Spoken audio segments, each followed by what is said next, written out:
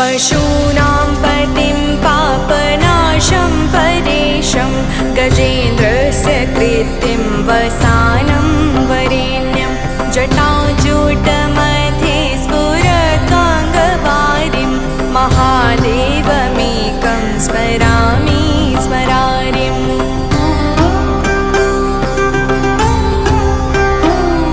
महेशं सुरेशं सुरारातिनाशं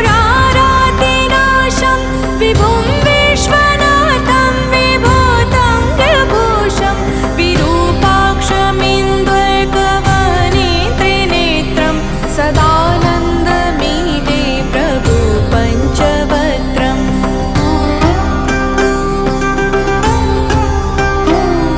गिरीशं गणेशं गले नीलवर्णं गवेन्द्राधिरूढं गुणातीतरूपं भवं भास्वरं भस्मनाभूषिताङ्गं भवानी कलत्रं भजे पञ्चवक्त्रम्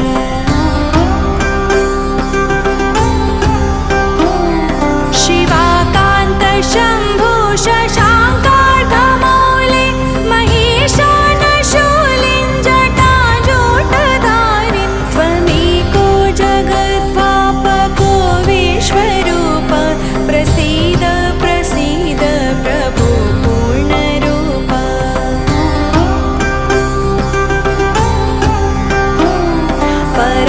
परात्मानमेकं जगद्बीजमाद्यं निरीहं निराङ्कारमोङ्कारवेदं यतो जायते पाल्यते येन विश्वं तमीशं भजे लीयते यत्र विश्वम्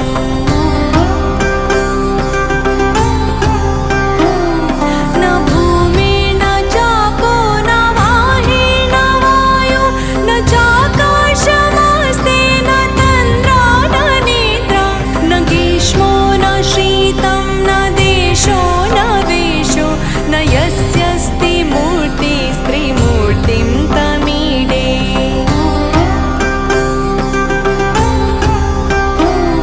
अजं शाश्वतं कारणं कारणानं शिवं केवलं भासकं भासकानं तुरीयं तमः पारमाद्यन्तहीनं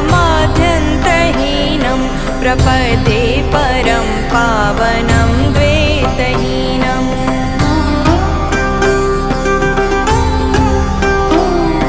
नमस्ते नमस्ते विभो विश्वमूर्ते नमस्ते नमस्ते चिदानन्दमूर्ते नमस्ते नमस्ते तपोयोगगम्य नमस्ते नमस्ते श्रुतिज्ञानगम्य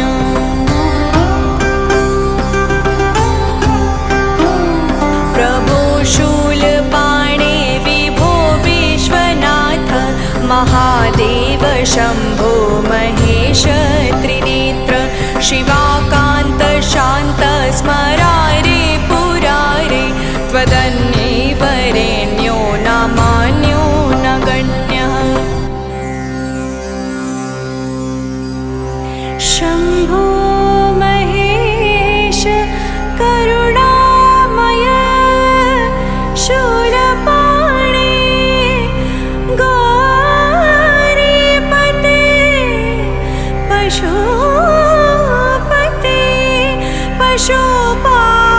पशुपाशनाशिन् काशीपते करुणया जगदेतदेकसत्त्वम् हंसि पासि विदधासि महेश्वरोऽसि त्वत्तो जगद्भवति देव भव स्मरारे तव एव तिष्ठति जगन्मृड विश्वनाथ त्वयैव गच्छति लयं जगदेतदीश लिङ्गात्मकं हर चराचर विश्वरूपिन्। इति श्रीमच्छङ्कराचार्यकृत वेदसारशिवस्तवः सम्पूर्णः।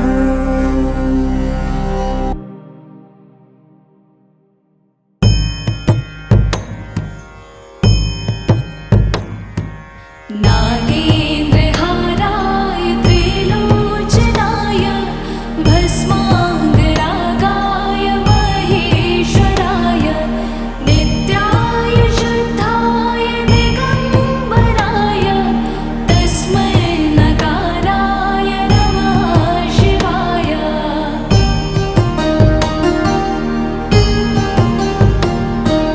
मन्दाकिनी सलिलचन्दनचर्चिताय नन्दीश्वर प्रमथनाथ महेश्वराय मन्दार पुष्पबाहु पुष्पसुपूजिताय तस्मै मकाराय नमः शिवाय।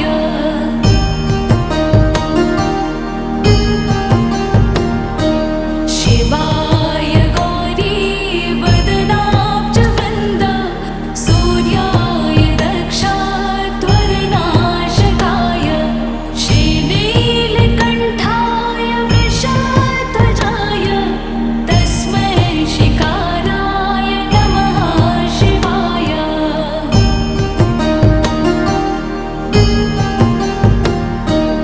वसिष्ठकुम्भोद्भवगौतमार्य मुनीन्द्रदेवार्चितशेखराय चन्द्रार्कविश्वानरलोचनाय तस्मै वकाराय नमः शिवाय।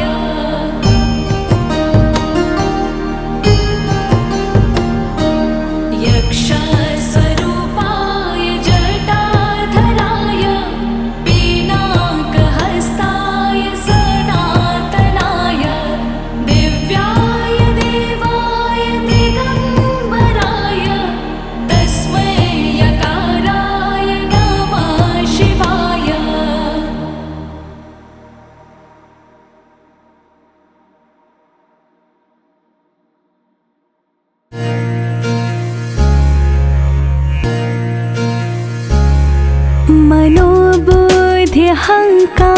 मनोबुद्ध्यहङ्कारचित्तानि नाहं न चाक्षोत्रजिह्वे न चाघ्राणनेत्रे न चाव्योमभूमिन् न तेजो न वायुः चिदानन्दरूपः शिवोऽहं शिवोऽहं चिदानन्दरूपः शिवोऽहं शिवोऽहं।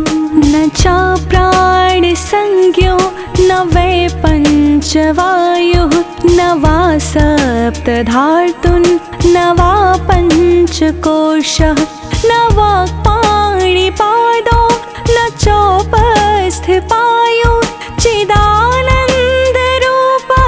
शिवोऽहं शिवोऽहं चिदानन्दरूपः शिवोऽहं शिवोऽहं चिदानन्दरूपः शिवोऽहं शिवोऽहं। न मे द्वेषरागो न मे लोभमोहो मदो नेव मेनेव मात्सर्यभावः न धर्मो न चार्धो न कामो न मोक्षः चिदानन्दरूपः शिवोऽहं शिवोऽहं चिदानन्दरूपः शिवोऽहं शिवोऽहं चिदानन्दरूपः शिवोऽहं शिवोऽहं। न पुण्यं न पापं न सौख्यं न दुःखं न मन्त्रो न तीर्थं न वेदो न यज्ञः अहं भोजनं नैवेभोज्यं न भोक्तां चिदानन्दरूपः शिवोऽहं शिवोऽहं चिदानन्दरूपः शिवोऽहं शिवोऽहं चिदानन्दरूपः शिवोऽहं शिवोऽहं। न मृत्युर्न शङ्का न मे जातिभेदः पिता नैव मे नैव माता न जन्म न बन्धुर्न मित्रं गुरुर्नैव शिष्यः चिदानन्दरूपः शिवोऽहं शिवोऽहं चिदानन्दरूपः शिवोऽहं शिवोऽहं चिदानन्दरूपः शिवोऽहं शिवोऽहम् अहं निर्विकल्पो निराकाररूपो विभुत्वाच्च सर्वत्र सर्वेन्द्रियाणां न चासङ्गतं नैव मुक्तेन मेयः न वा बन्धनं नैव मुक्तेर्न बन्धः चिदानन्दरूपः शिवोऽहं शिवोऽहं चिदानन्दरूपः शिवोऽहं शिवोऽहं चिदानन्दरूपः शिवोऽहं शिवोऽहं चिदानन्दरूपः शिवोऽहं शिवोऽहम् ॐ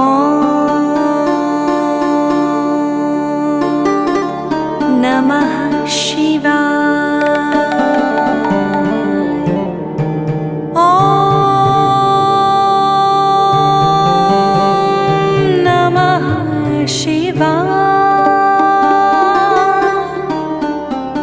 ॐ नमः शिवाय।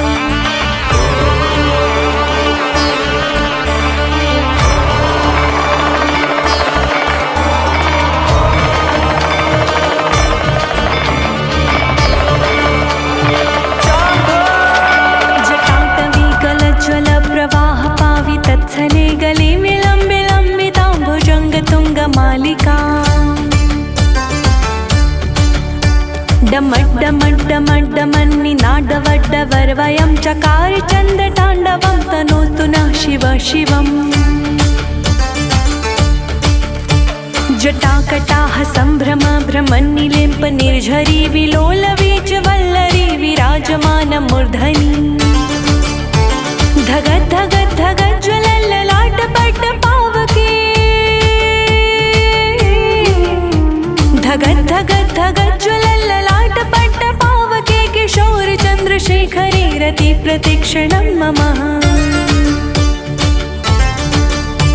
धराधरेन्द्र नन्दिनी विलास बन्धु बन्धुरा स्वर्गन्तिगन्त सन्तति प्रमोदमान मानसे कृपा कटाक्ष धोरणे निरुद्ध दुर्धरापदी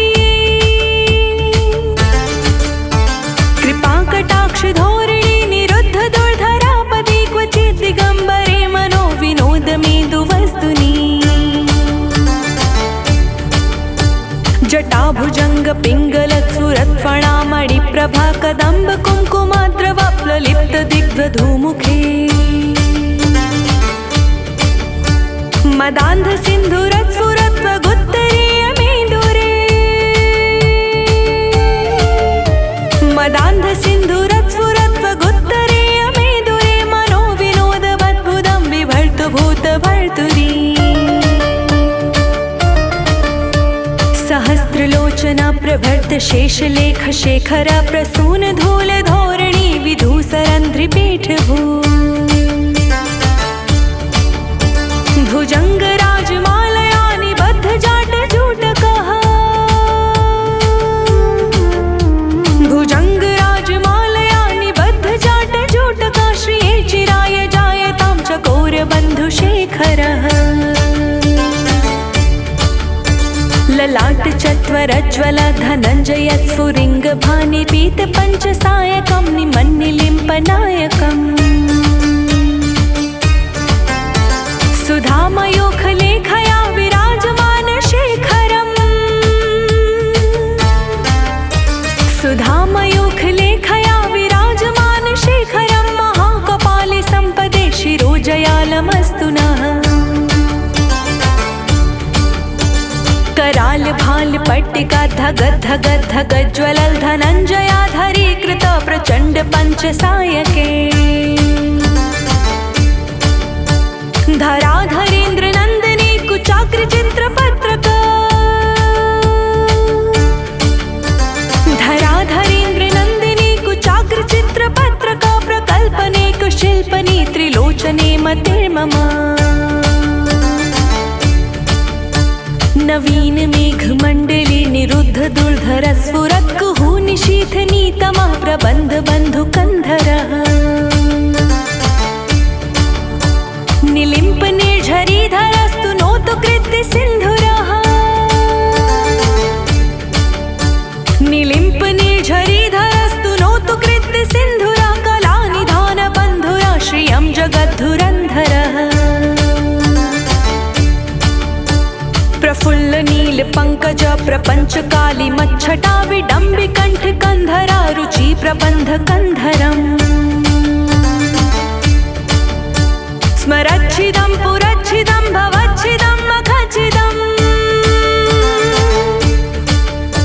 स्मरच्छिदं पुरच्छिदं भवच्छिदं मखच्छिदं गच्छच्छिदान्धकच्छिदं तमन्तकच्छिदं भजे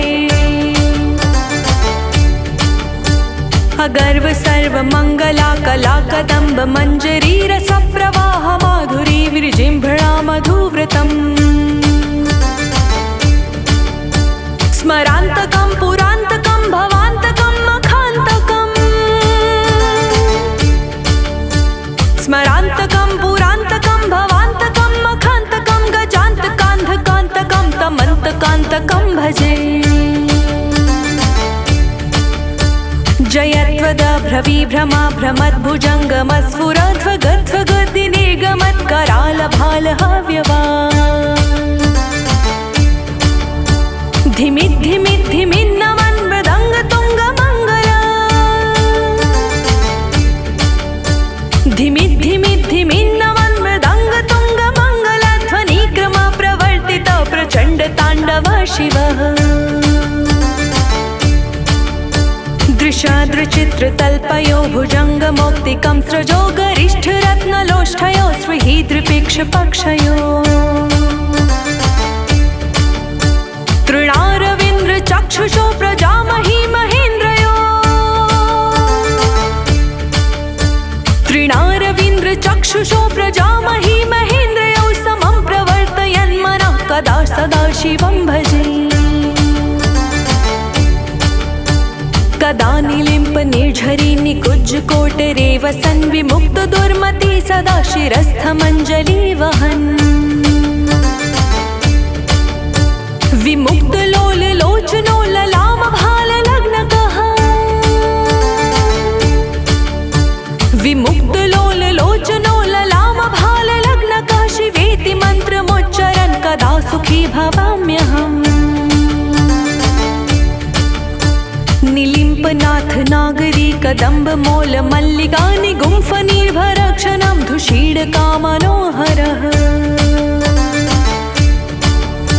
तनोतु नो मनोमुदं विनोदिनी महानिशम्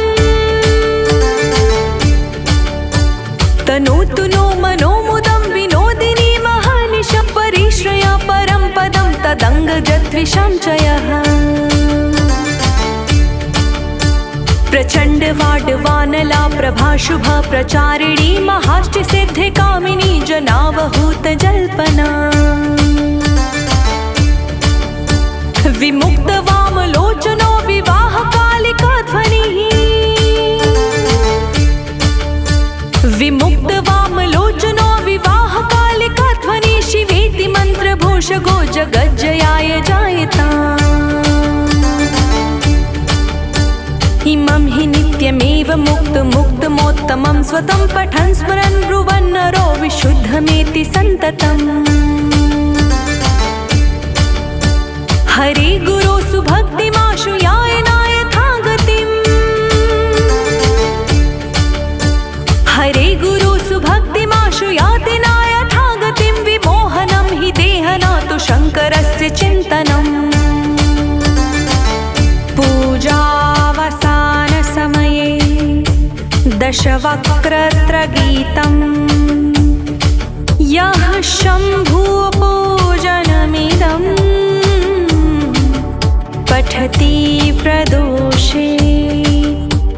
तस्य स्थिरां रथ गजेन्द्रतुरङ्गयुक्तां लक्ष्मी सदैव सुमुखी प्रददाति शम्भुः इति शिवताण्डवस्तोत्रं सम्पूर्णम्। इति श्रीशिवताण्डवस्तोत्रं सम्पूर्णम्।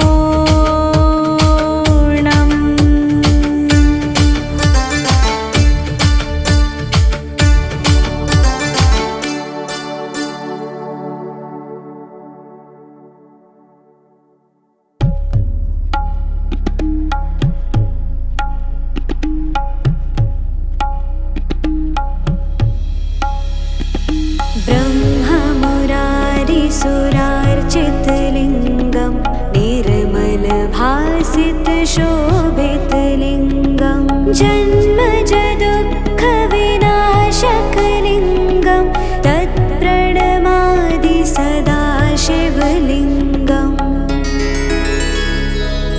देवमुनिप्रवरार्चितलिङ्गं कामदहं करुणाकरलिङ्गं रावणदर्पविनाशनलिङ्गं तत्प्रणमादि सदा शिवलिङ्गम्। सर्वसुगन्धिसुलेपितलिङ्गं बुद्धिविवर्धनकारणलिङ्गं सिद्धसुरासुरवन्दितलिङ्गं तत्प्रणमादि सदा शिवलिङ्गम्।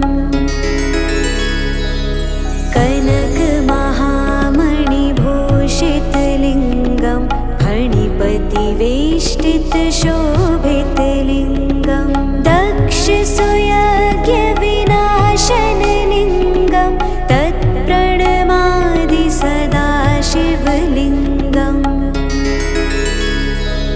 कुङ्कुमचन्दनलेपितलिङ्गं पङ्कजहारसुशोभितलिङ्गं सञ्चितपापविनाशनलिङ्गं तत्प्रणमादि सदा शिवलिङ्गम्।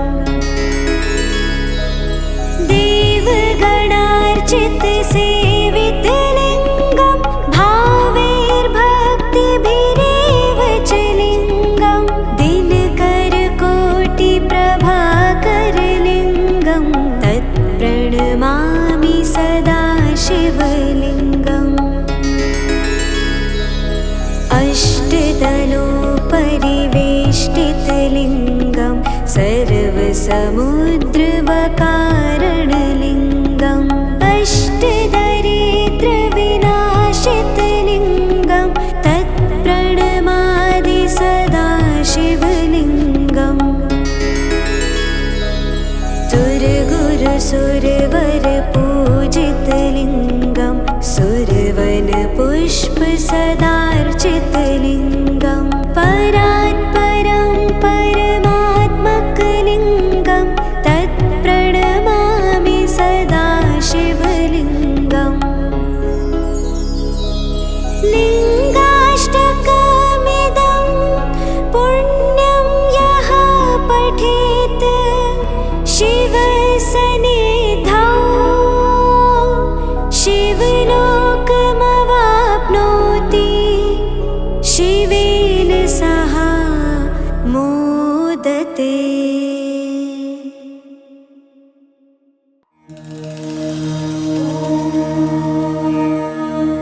नमः शिवाय। विश्वेश्वराय नरकार्णवतारणाय कर्णामृताय शशिशेखरधारणाय कर्पूरकान्तिधवलाय जटाधराय दारिद्र्यदुःखदहनाय नमः शिवाय। दारिद्र्यदुःखदहनाय नमः शिवाय। ॐ नमः शिवाय। गौरी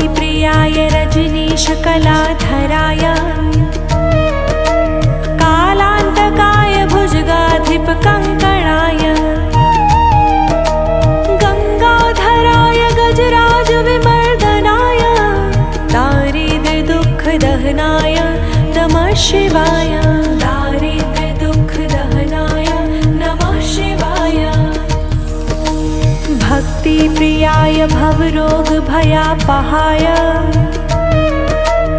उग्राय दुर्गभवसागरतारणाय ज्योतिर्मयाय गुणनाम सुनिर्तकाय दारिद्र्यदुःखदहनाय नमः शिवाय। दारिद्र्यदुःखदहनाय नमः शिवाय। चर्माम्बराय शवभस्मविलेपनाय भालेक्षणाय मणिकुण्डलमण्डिताय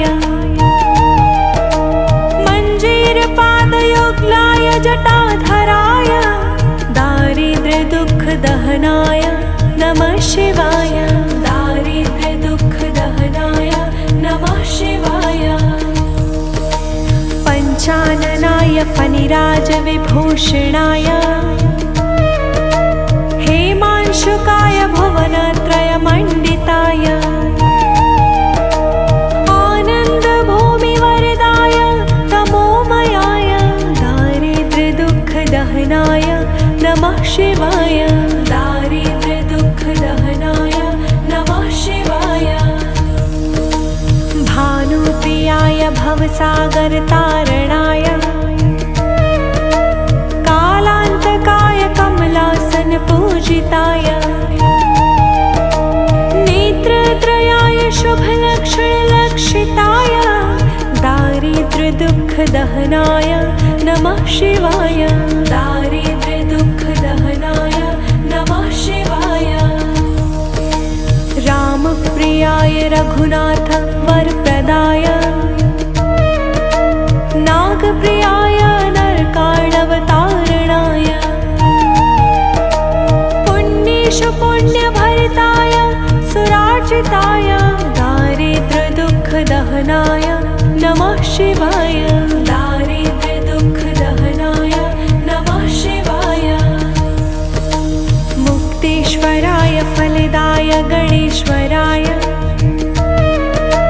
गीतप्रियाय वृषभेश्वर वाहनाय मातङ्गचर्मवस्नाय महेश्वराय दारिद्र्यदुःखदहनाय नमः शिवाय। दारिद्र्यदुःखदहनाय नमः शिवाय। दारिद्र्यदुःखदहनाय नमः शिवाय। वसिष्ठेन कृतं स्तोत्रम् सर्वरोगनिवारणम् सर्वसम्पत्करं शीघ्रं पुत्रपौत्रदिवर्धनम् त्रिसन्ध्यं यः पठेन्नित्यं सहि स्वर्गमवाप्नुयात्।